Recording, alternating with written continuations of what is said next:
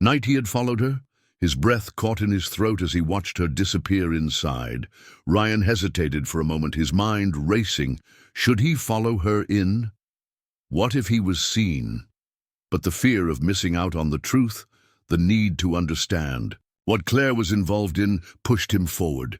He crept up to the door and tried to push it open, but it was locked. He glanced around, looking for another way in, and saw a narrow window at the side of the building. It was slightly ajar. Ryan didn't think twice.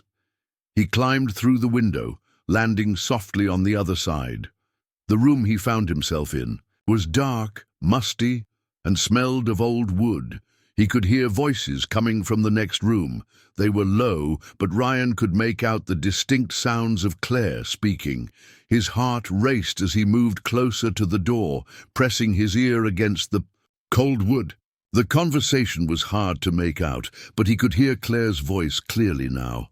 "You don't understand," she said, her voice trembling with emotion. "I don't have a choice. I have to do this. I have to protect them." Ryan's heart skipped a beat. Who was Claire protecting? What had she gotten herself into? He carefully pushed the door open just enough to peer inside. The sight that met him made his stomach drop. Claire was standing in front of the man he had seen before, the one she had met in the alley. But this time, he wasn't alone. There were two other men in the room with him, both of them looking at Claire with an intensity that made Ryan's blood run cold. One of the men stepped forward. "You've done well, Claire," he said, his voice low and gravelly. "But we need more from you. We need you to keep this up, to stay quiet. No more asking questions." Claire's shoulders slumped, but she didn't say anything. Ryan could see the fear in her eyes, the same fear he had seen when she had been walking down the street, the same fear that had been growing in his chest. "You'll keep your mouth shut, won't you?" the man pressed, his eyes narrowing. Claire nodded, her lips trembling. Ryan's mind raced. What was happening here? What had Claire gotten herself involved in? He didn't know, but he knew one thing for sure. This was far from over. Ryan Matthews hadn't expected to be here. The shadows that surrounded him now, the fear that gripped his chest, felt far removed from the life he had once known. He was no longer just a corporate CEO following a diligent employee. He was a man caught in the middle of something dark, something that had far-reaching consequences. The door to the room creaked as it closed behind him. Ryan froze, his heart pounding in his chest. Had they heard him? Were they coming for him? For a moment, everything stood still, the silence broken, only by the faint murmurs from the other side of the door. He stepped back, his mind racing. Should he run? Should he confront them? But his legs wouldn't move. The pull of curiosity, the need to know the truth, kept him rooted to the spot. He had to hear more, to understand the depths of the secret Claire had been keeping. There was a finality in the air now, a sense that if he didn't act, if he didn't confront this head-on, he might lose her forever. Slowly, Ryan moved further into the room, his eyes scanning the darkness. The sounds of Claire and the men talking grew louder, and he crept toward the door, careful not to make a sound. His hand hovered near the doorknob, but before he could turn it, someone touched his shoulder.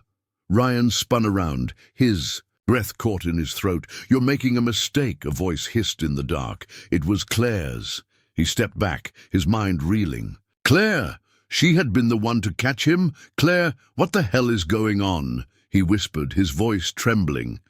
She held her finger to her lips, signaling for him to be quiet. Her eyes were wide with panic, but there was also a strange resolve there. It was clear she was not the same woman who had worked diligently at her desk in the office. "Please," she begged, her voice barely above a whisper. "You need to leave. It's too dangerous. You shouldn't have followed me." Ryan shook his head, his chest tight with confusion and worry. "I couldn't just let it go. I need to know the truth, Claire. What is all this? What's really going on?" She took a deep breath, her face hardening with a mixture of fear and determination. "You don't understand. You have no idea what you're dealing with." Her words hit him like a cold wave. I understand more than you think. You've been hiding something. Something big, and whatever it is, I won't walk away until I know the truth. Claire stared at him for a long moment, her eyes flickering with uncertainty. Finally, she spoke in a low voice, one that carried the weight of years of secrets. I never wanted you involved in this. I never wanted anyone to get hurt. But now that you know, now that you've seen me, seen what I've been doing, it's too late. Ryan's heart clenched. He had never seen Claire like this before. She was unraveling in front of him, her controlled exterior cracking under the pressure. Tell me, he urged softly. Please, tell me what's going on. Claire exhaled sharply and lowered her gaze, as if resigning herself to the inevitable. I don't have a choice, Ryan. I've been working with them for years. The men you saw, they're part of a larger operation, one that I got caught up in when I was younger. They promised me safety, security, everything I'd ever needed. But it was a lie. It was all a lie. Ryan was silent, absorbing her words. What was she talking about? Who were these men? What kind of operation? I was desperate, Claire continued, her voice trembling. I had a family to protect, and I didn't know what else to do. I got involved with them, but once you're in, there's no getting out. They made sure of that. Ryan stepped forward, his eyes softening. Claire, you don't have to do this. You can walk away. You can start over. She shook her head, her eyes filled with both pain and regret. You don't understand. It's too late for me. And it's too late for you too.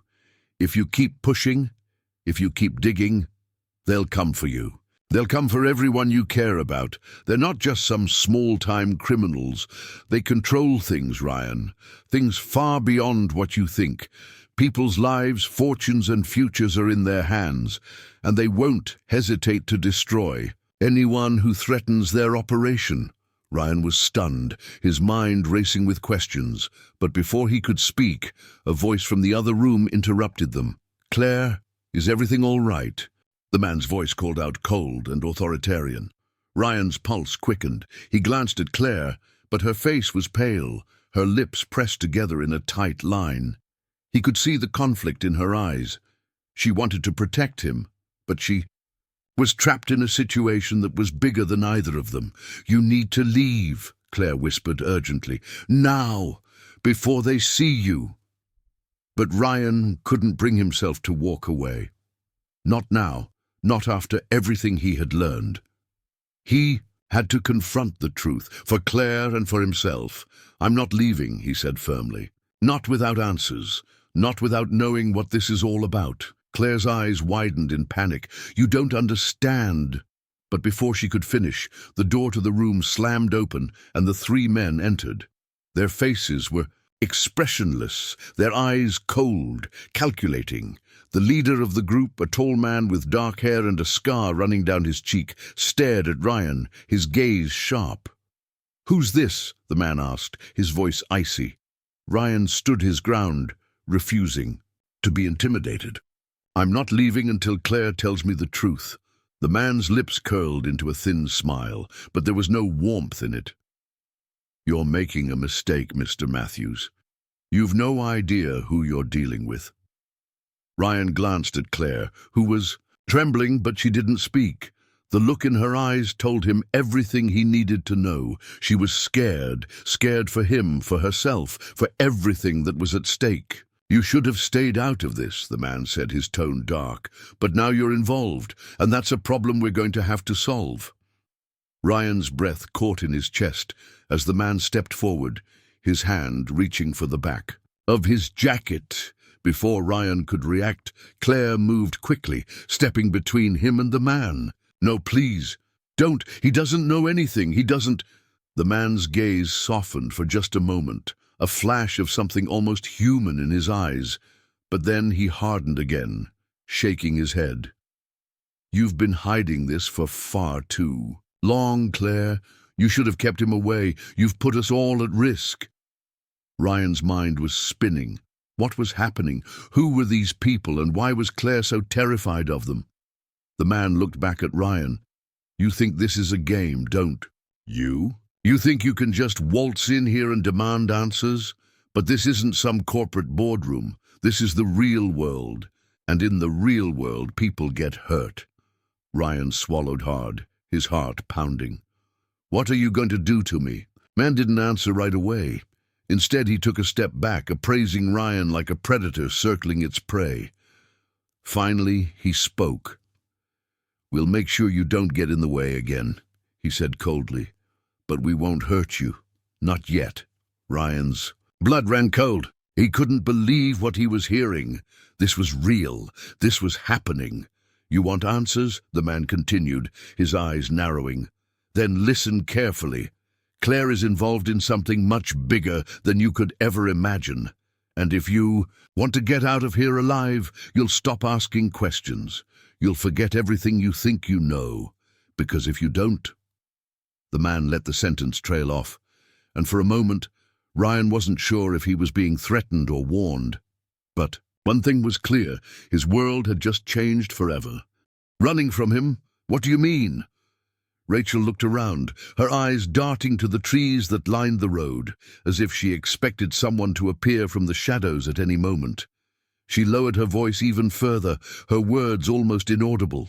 When my sister, his wife, was killed, I was the one who found her. She was murdered, Charlie. I know it was him. He did it, but no one believed me. They said I was grieving, that I was imagining things, but I knew.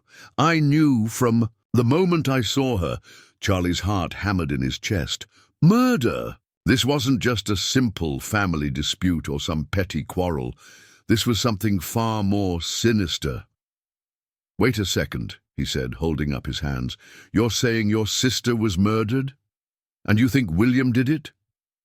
Rachel nodded, slowly, her face pale in the dim light. I know it sounds crazy, but I swear to you, Charlie, I saw the marks on her neck. They were his. She had been strangled, and there was something else, something I couldn't explain. I tried to tell the police, but they didn't listen. They thought I was just broken, but I wasn't. I saw it. I saw the way he looked at her, the way he controlled her. I knew he was capable of anything. Charlie's mind raced, trying to process what Rachel was saying. Murder? A killer on the loose? And now she was being chased by him? How long ago was this? He asked, his voice tight with concern. A few years ago, Rachel replied, her gaze distant. I've been running ever since. I left everything behind, my life, my friends, even my family. I thought if I could just get away, I could forget it all. But he found me. He always finds me. Charlie stood there in stunned silence. The implications of what Rachel was saying were too much to process all at once. A murdered sister, an abusive brother-in-law, and now this desperate flight across the country. He couldn't even begin to imagine what kind of hell Rachel had been living through. So that man in the SUV, he asked cautiously. William, Rachel confirmed, her voice trembling. He's been tracking me. He knows where I go. He knows everything. It's like he's always 2 steps ahead, always watching, always waiting for the right moment to pull me back into his grip. Charlie's mind spun with the information.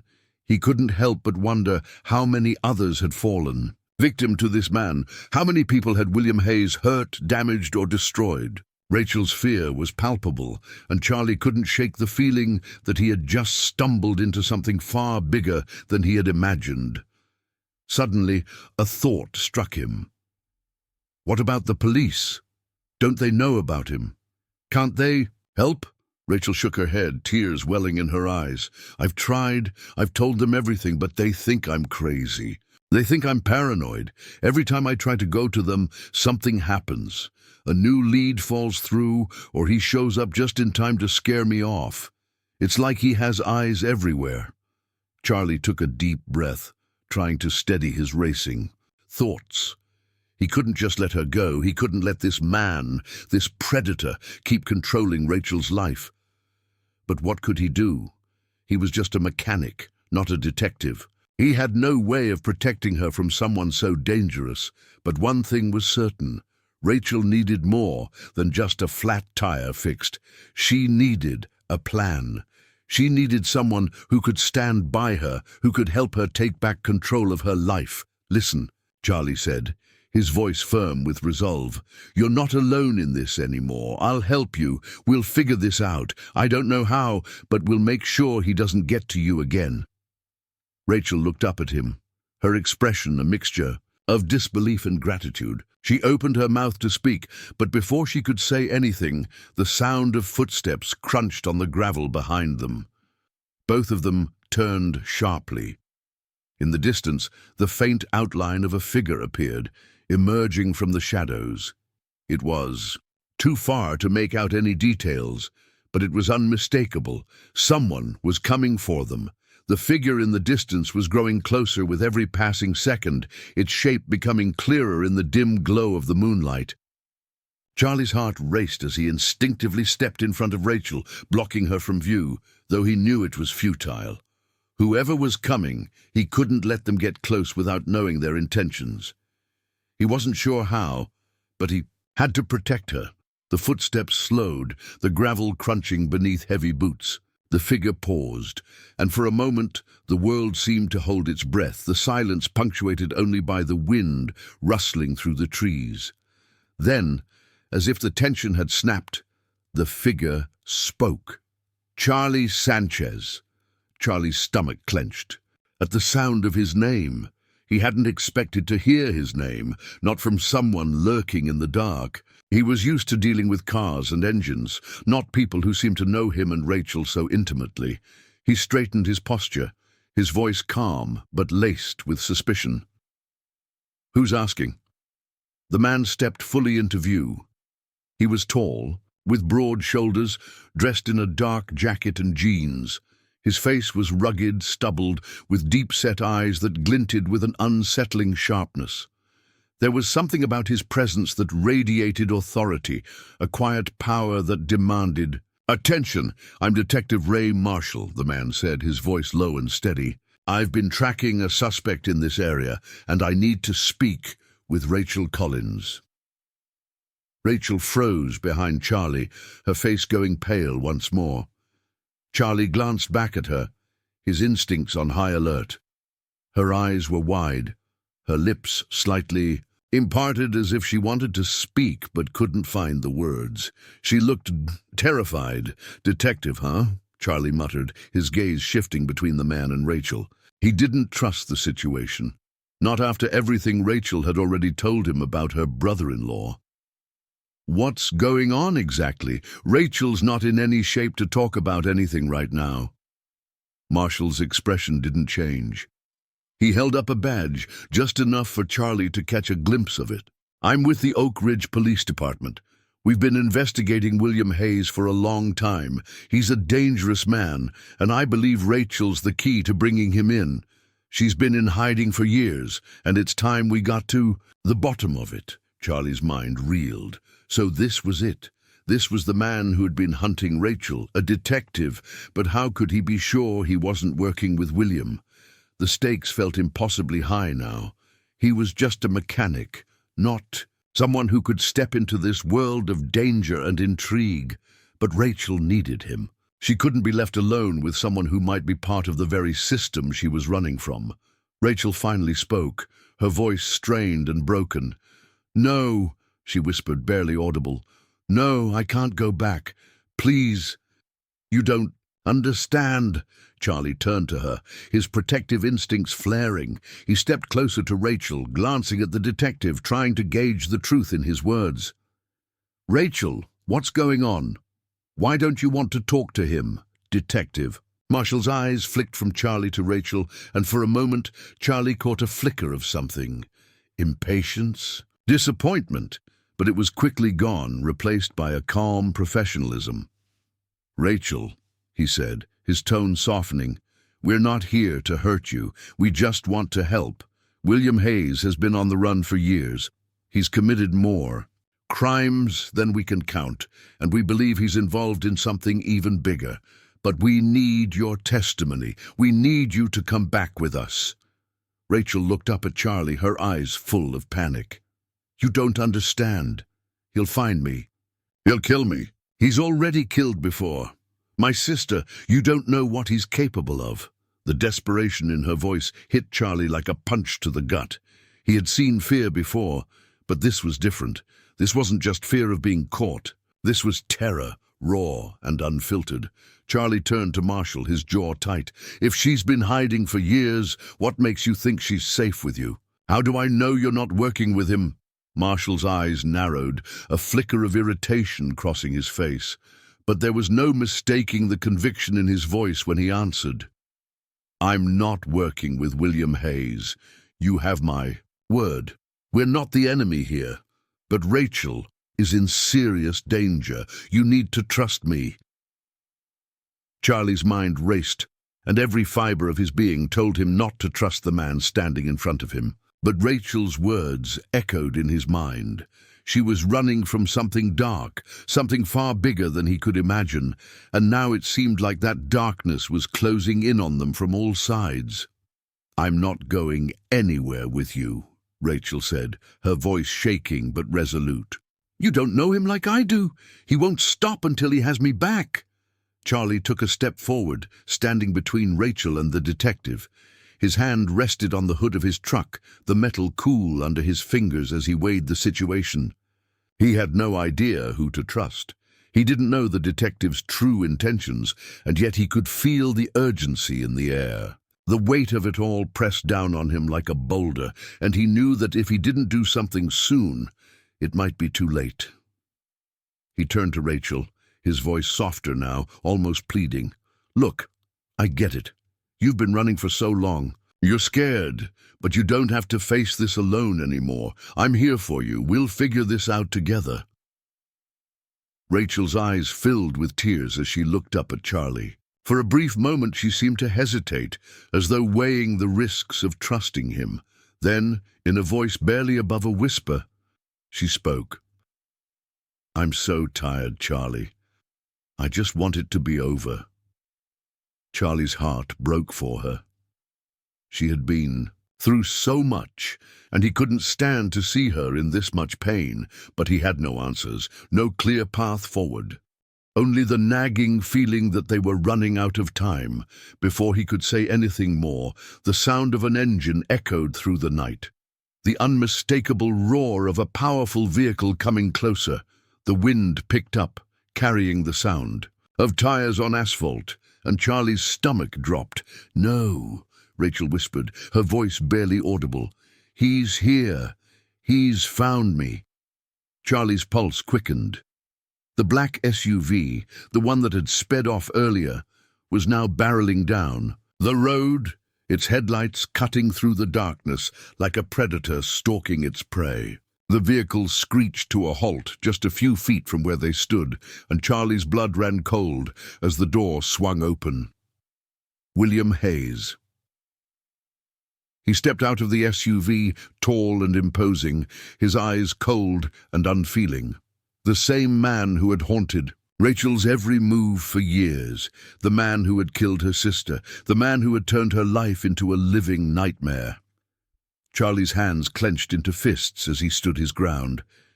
He wasn't going to let this man take Rachel.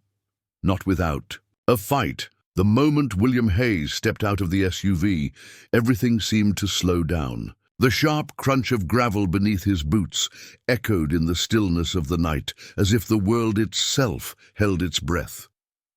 Charlie's heart pounded in his chest, the sound of his own pulse drowning out everything else. Rachel's face went pale, her body trembling beside him as she instinctively took a step back. But Charlie stayed where he was, his body tense, ready for whatever was to come. "William," Rachel whispered, her voice barely audible, thick with dread. "What do you want from me?" William didn't immediately answer. Instead, his gaze flicked from Rachel to Charlie, sizing him up with the kind of cold calculation that made Charlie's skin crawl. His eyes, dark and calculating, never wavered from Charlie's face as he took a few slow, deliberate steps toward them. "I think you know exactly what I want, Rachel. William said, his voice smooth, almost mocking. There was a sharpness in his tone, as though every word he spoke was a blade cutting deeper into the air. I've been patient, but I don't have time for this anymore. You know I can't let you get away. Rachel's breath hitched, and she stepped back again, this time closer to Charlie, as though she were trying to make herself disappear into his presence. But Charlie wasn't about to let her hide. Not from this man, not from the nightmare that had been chasing her for years. I'm not going anywhere with you, William, Rachel said, her voice trembling, but there was a flicker of defiance in her eyes. You've already taken everything from me. I'm not giving you any more. William's lip curled into a slight sneer, and Charlie could feel the tension in the air tighten. This wasn't just a confrontation between two people. It was the collision of two lives, two forces that had been at odds for far too long, and Charlie was standing right in the middle of it. And yet, here you are, William said, his voice low and dangerous. You always come back to me, Rachel. You think you can escape, but you'll never outrun me. You're mine, whether you like it or not. Charlie's blood ran cold. He didn't know everything about Rachel's past, but the way William spoke, as if Rachel were some kind of possession, made it clear that whatever had happened between them was far darker than he had imagined. Charlie stepped forward, standing in front of Rachel, his chest rising and falling with each breath, the protective instinct surging through him. I'm not going to let you hurt her, Charlie said, his voice steady but firm. Not while I'm standing here. William's gaze flicked to Charlie, his eyes narrowing. A chuckle escaped his lips, a sound that was equal parts cold and derisive.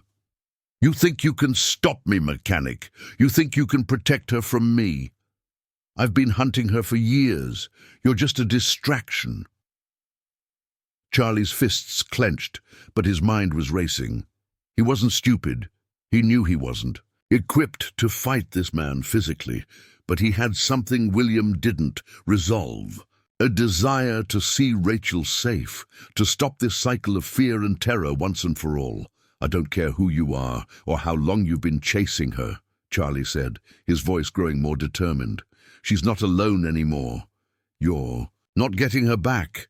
William's eyes flickered with something darker, something more dangerous. He took another step forward, and Charlie braced himself for whatever came next. But then, just as quickly as it had appeared, the tension in the air shifted.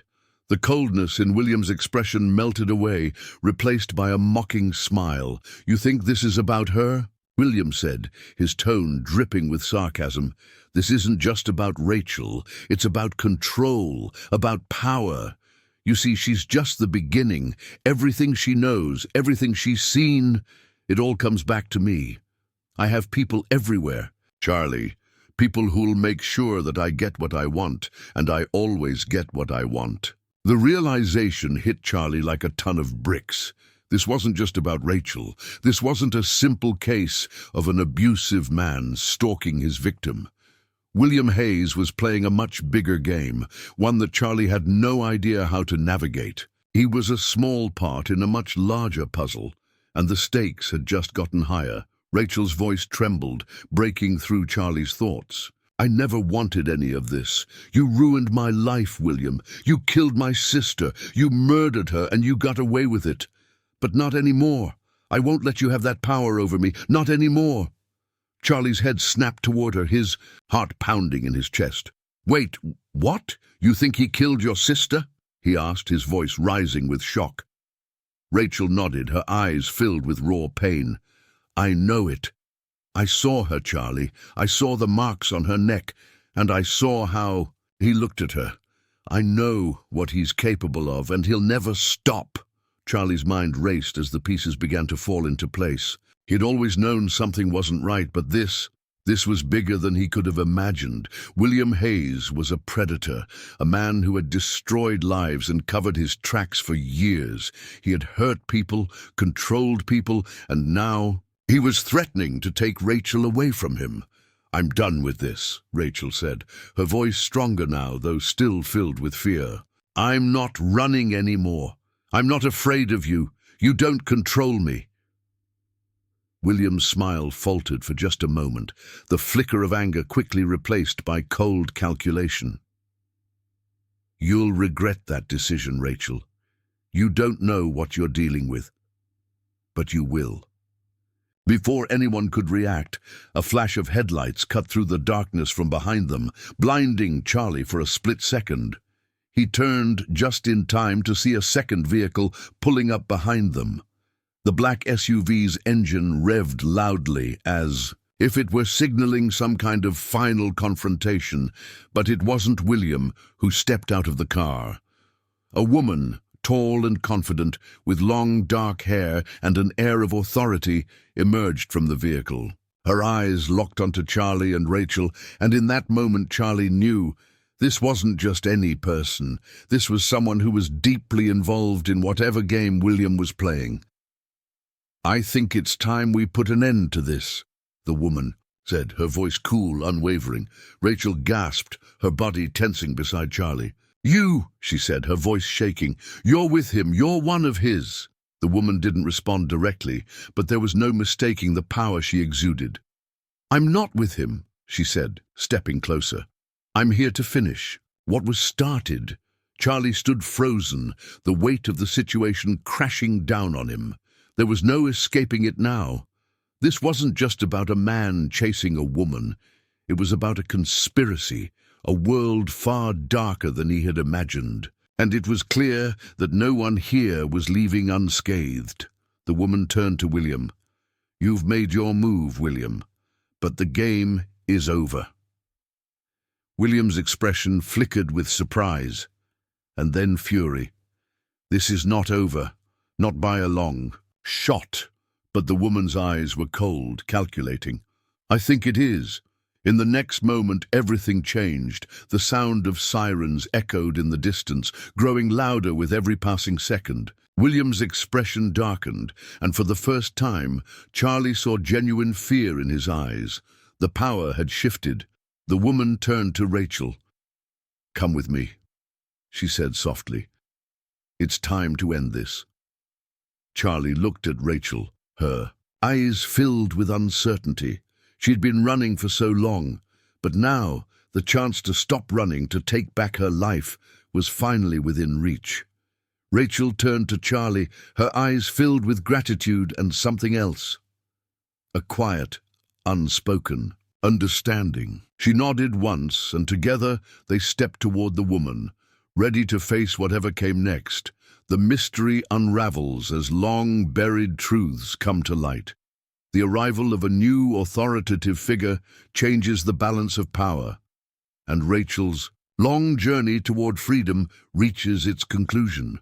With the threat finally neutralized and the puzzle pieces falling into place, Rachel and Charlie look forward to a new beginning, no longer trapped by the past.